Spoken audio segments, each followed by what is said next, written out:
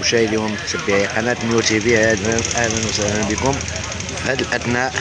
حافلة فريق الوداد البيضاوي ستغادر ملعب العبدي بعد انتصار فريق الوداد البيضاوي.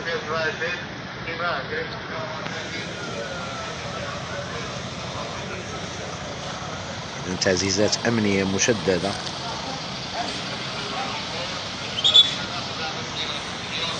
في هذه اللحظة